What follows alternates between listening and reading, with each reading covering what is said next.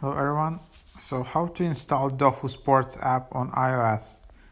So here is the app. Basically you can search that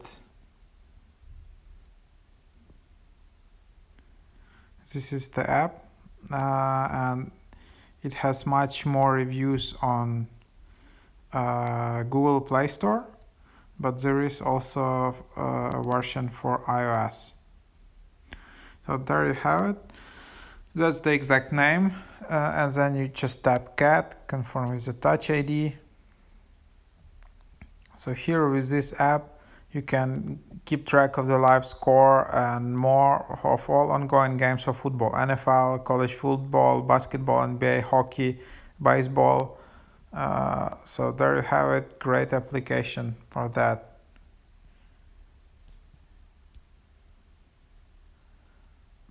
I don't want notifications. And that's the app right here.